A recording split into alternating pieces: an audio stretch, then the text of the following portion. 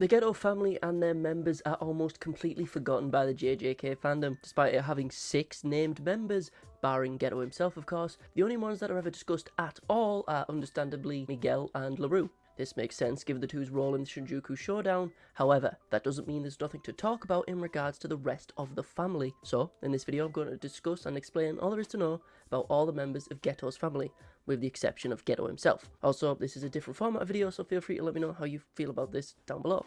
Now, let's just get straight in. Today, we're going to talk about the Geto family. Now, Geto family, JJK, I'm dressed as Yuta, it all fits, right. But despite the fact we're not going to talk about Geto specifically, because Geto has a lot of narrative and plot relevance, and you could kind of make an entire vid on curse spirit manipulation on its own. I mean, I made a 10-15 minute video on a singular one of his curse spirits, so there's a lot to talk about with him and his abilities, so this video itself is just going to be focused on his family because they're significantly less notable, they have less credence in the plot, and they're just less interesting. However, that doesn't mean there's nothing to say about them, because there is plenty of things to say about Geto's family. So we're going to start off with the least notable, and we're going to go make our way down the list, starting with characters like Manami and Toshihisa, characters you don't know who they are, right? And then end with Miguel and Larue, characters who actually, you know, mean something, okay? So let's just get straight into it. Let's first discuss Manami. Now, when I say the name Manami, you probably don't think of anyone, right, in particular. But if I say, oh, it's Geto's secretary from JJK Zero, that suddenly makes a lot more sense, right? But what do we know about Manami? Not a lot, and to be honest, it doesn't look like there's a lot to say. All the info we really have about her is pretty much just from this little piece, this little kit, right? The character guide. All the info we get is pretty much from this and, like, mid-chapter stuff. And if a character's like that, there's not much to say about them. I mean, just look at Usami. Their entire character is a mid-chapter thing. So, Manami's pretty much the same. A lot of stuff about her you have to kind of infer, because it's not flat-out stated. But what is flat-out stated is kind of interesting. Well, not really. Geto's secretary, we see this in JJK Zero, has a similar philosophy.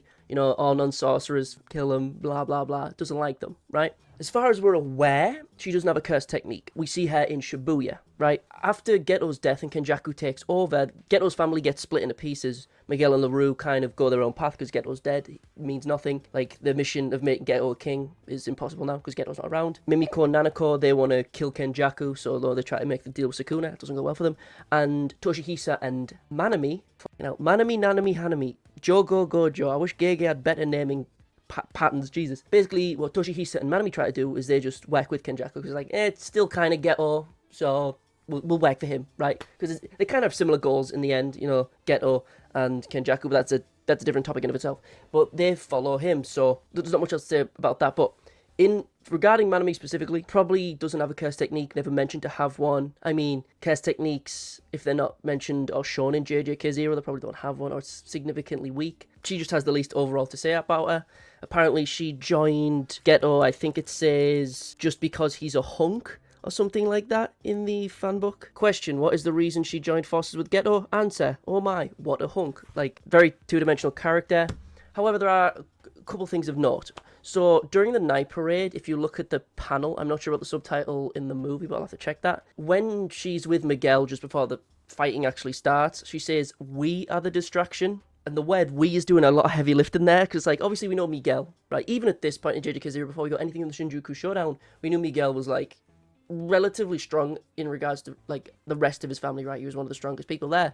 I mean, he was the one fighting Gojo and stuff, right? So we know he's strong.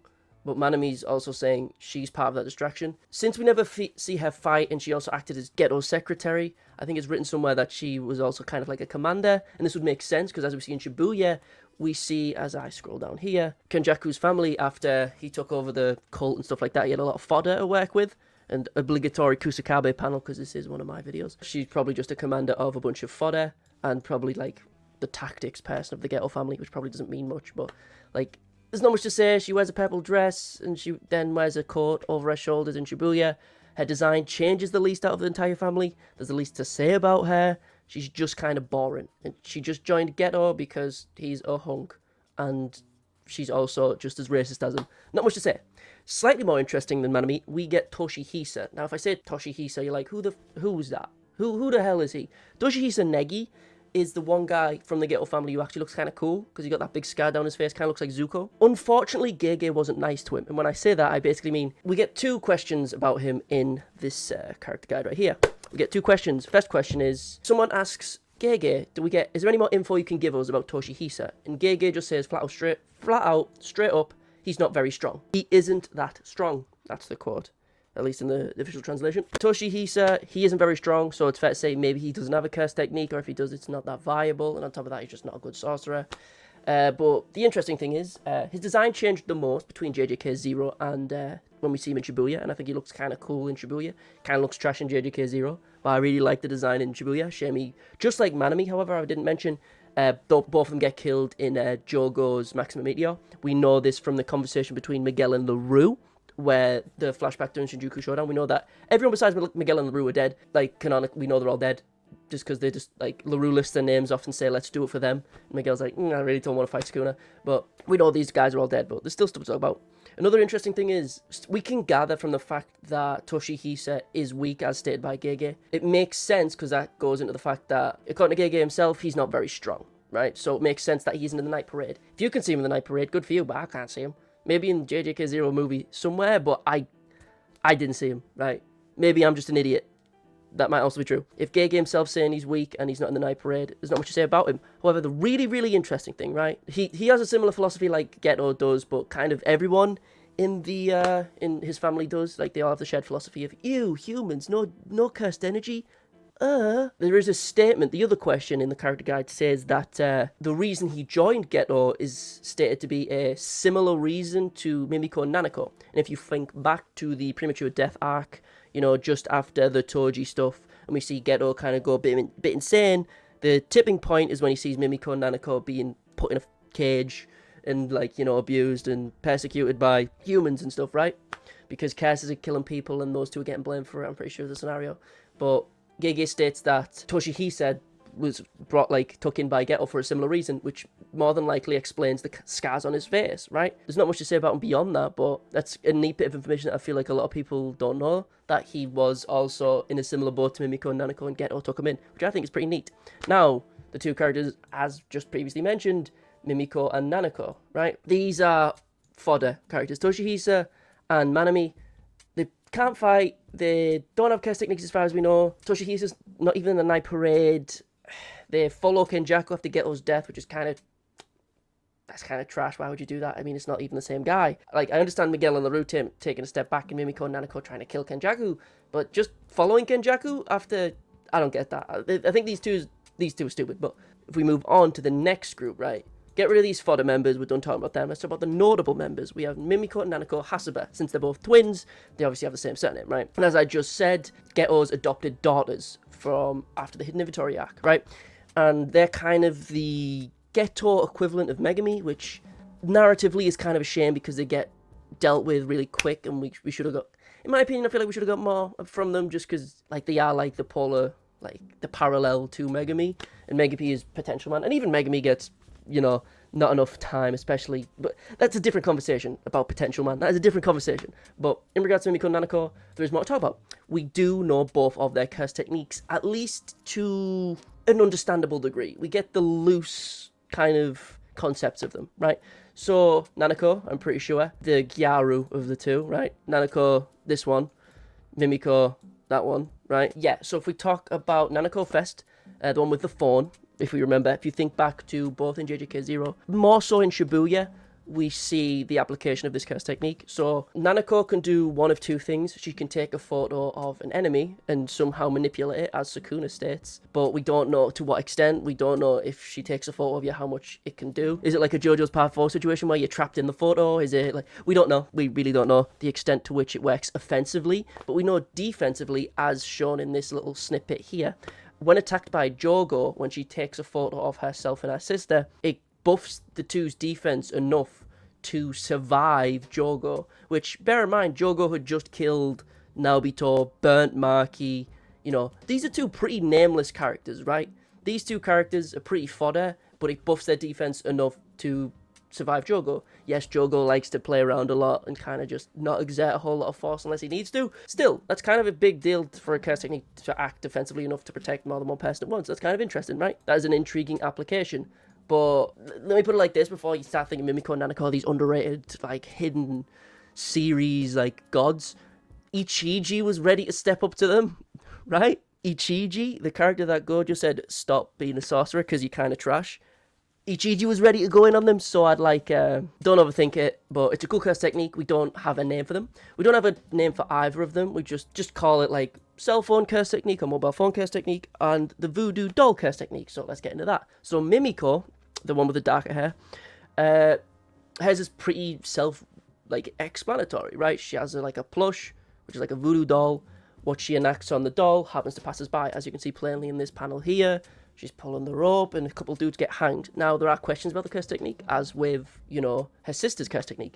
In regards to the voodoo doll, how many people can she do it to at once? Is there an activation beyond pulling the rope? Can she do other things beyond pulling the rope? Can she, do a resonance and hit it with a hammer and nail, like a voodoo doll similar to Nobara? Is there a range to it? We don't really know the inner machinations of it. It's not that big of a deal. I mean, since, can't be that very strong. If Ichiji is willing to step up with him, yes, this is JJK 0. So, JJK 0 in regards to scaling is like a big fucking, X. It's a question mark, right? But it's still funny that Ichiji was like, I can handle this, it's fine. Those two, their design slightly changed between JJK 0. Mimiko, her hair gets longer. Nanako, she gets fucking front of her hair gets longer. I don't give a shit. It's negligible. Their designs barely change. Anyway, let's talk about the actual goats. The stuff where there's actually stuff to talk about, right? We've talked about the somewhat notable members. We've talked about the fodder members. I mean, there's not much to say about the actual fodder because Kusakabe just cuts 2 of them down. We don't know the extent of how many fodders they have, but whatever. Let's talk about the actual cool characters. The characters I've covered before. I mean, I've got an entire video about Miguel because he's the goat, but we can also talk about Larue as well. So, Miguel and Larue. Out of Geto's entire family, there is a large disparity in regards to power, right? Mimiko and Nanako survive Jogo. They're so afraid of Sukuna, they don't know how to breathe. Miguel and Larue don't care. They see full power. Well, not full power. I think he'd already been stabbed in the heart and ate a couple black flashes. Well, was about to eat more black flashes. But this is a Sukuna who's a final boss. And Miguel and Larue, as long as he doesn't have domain, we'll jump in. But who should we go with first? Let's go with Larue first, because I can talk about Miguel a bit more at length. Larue is interesting for a lot of reasons. Larue, in regards to the relationship within the Geto family, kind of seemed like the glue that held them together. Because when we see this flashback in Shibuya, where they all kind of discuss where all of them are going to go. So Toshihisa and Manami follow Kenjaku. Mimiko and Nanako want to kill Kenjaku. Miguel and Larue kind of just leave. But Larue's also we'll break bread again. Larue's kind of the mother hen of them all, it seems. In that kind of dynamic. In more of a plot sense, who is Larue? We don't know too much about Larue specifically, but we know Larue joined for the same reason Manami did, because Geto is apparently a hunk, but whatever. He has hearts on his tits, that's kind of cool. But most interesting about him, outside of his curse technique and his actual combat feats and all that sort of stuff, is the fact that just after the fight with Mahito in Shibuya, after Mahito's death, when Yuki arrives at the beginning of chapter 136, right at the beginning of it, we see, Yuki wants to buy time for Larue, so Larue can save Todo, which kind of asks a lot of questions. So Larue, despite being a member of Geto's family, has ties with sorcerers. Obviously, if you didn't know, there is a difference between Geto's family and sorcerers. Geto's family are curse users, because they're not affiliated with any of the sorcerer families, and they're not affiliated with Jujutsu Tech, so they are curse users. Kind of just think of it like they're vigilantes in My Hero, right? They don't have a license to practice, and if you're a curse user, chances are you're using it for malicious purposes, okay? So, but despite that fact, Larue is friends with Yuki, and in turn, probably friends with Todo, since Larue saves Todo, right? Which is kind of intriguing. Larue in a narrative aspect, okay, there's a difference between narrative and plot. I'm not going to go into it too much, but plot is kind of like a literal denotation of a story, and a narrative is more so thematic stuff and more inner relationships and stuff like that. But in regards to just plot, Larue is kind of important because Larue has a bit of a butterfly effect where Larue doesn't save Todo. Todo's not there in the final battle. Todo can't take 2 black flashes that would have killed Angel, isn't there to save everyone from the Malevolent Shrine, so everyone dies. So in turn, Larue kind of butterfly effects his way into just saving everyone. Because think about who was in MS and had to survive and couldn't last that long. You had Yuji, Ino, Miwa, Maki, Choso. They would have died earlier because they were stuck in MS. It's that kind of butterfly effect where Larue kind of saves the day. Just from this sentence, and we don't even see Larue save Todo. But it's quite interesting. Outside of that interesting relationship with Yuki and Todo, and maybe other sorcerers, we don't know, but it's quite interesting. Outside of that, Larue's curse technique, we have Heart Catch. Now, it kind of feels like a JoJo ability, if I'm completely honest. Not just in the fact that it acts somewhat like a stand, where basically what Heart Catch is Larue can kind of make, they're described as illusionary hands that can like grab stuff, but like people, objects, etc., but can also grab non-physical things. Like, for example, Sukuna's attention, his eyes are drawn to, because there's like a facet of heart catch that allowed like him to grab Sukuna's attention, which is quite interesting. So he can grab like non-physical things like his attention, or maybe he just grabbed his eyes or something. It's very interesting, right? There seems like there's a lot of facets to Larue's curse technique that we just won't find out, but it's still very intriguing. But on top of that, the really good thing about heart catches, these hands, if they sustain any damage, only 1/10 of their damage is reflected back on Larue. Now, another butterfly effect Larue kind of had was when Larue got Sukuna's attention, that started the like 8 in a row Black Flash Barrage that Yuji lands on Sukuna and allows for his awakening, which allows for Shrine, and then it leads into him unlocking domain expansion and all that sort of stuff, right? So yet again, Larue kind of just being the GOAT, if I'm honest. Larue just kind of showed up and saved everyone, right? You could argue like Larue is just an important piece in this battle, right? Because Larue doesn't use Heart Catch, then Yuji doesn't awaken, Yuji doesn't get Shrine, no domain, like, it just, yeah, again, it falls apart without Larue, just like with Todo not being saved. Like, Larue is a very important part in the plot, because, like, as I say, he's like this very important piece that saves people and allows for Yuji to land Black Flashes, but narratively, kind of means not that much. Like, he's a very simple character, like, he doesn't have that much depth as a character outside of the power system. Just, he's friends with Miguel, he wanted to make Geto a king, but he can't. He naively thought Geto would have... He's like, oh, we're going to meet Geto in heaven. To which Miguel goes, you think he's in heaven? That's pretty funny. But, you know, there's not much else to say about them. He took a Black Flash like a champ. Now, if you think about other people around this time who also took Black Flashes from Sukuna, you have Mark-U 8-2. Like, Miguel didn't take any damage because he's a G. But, like, a bunch of characters were just eating Black Flashes, and Larue was one of them. And it's really interesting that Larue and Miguel are such heavy hitters. Because you could probably say Miguel and Larue do really well against Geto. Like, you could scale that. I'm not going to do that. But it's a very interesting, like, fight. Miguel plus Larue versus Geto is a... I don't know. I'm not scaling. But, as I say, very interesting. But outside of Larue's relationships, outside of Larue's curse technique, not much else to say, but still really cool. I like Larue. Yeah. Don't like that he has hearts on his tits, but maybe that's just me. Anyway, let's talk about the GOAT. Right, you don't even need to know, right? When you thought about Geto's family, there was one character you think of and you remember whenever you think about Geto's family. Who is that? The man who fought against, in the same realm as Satoru Gojo. And who is that? It's our main man, Miguel, right? Triple M.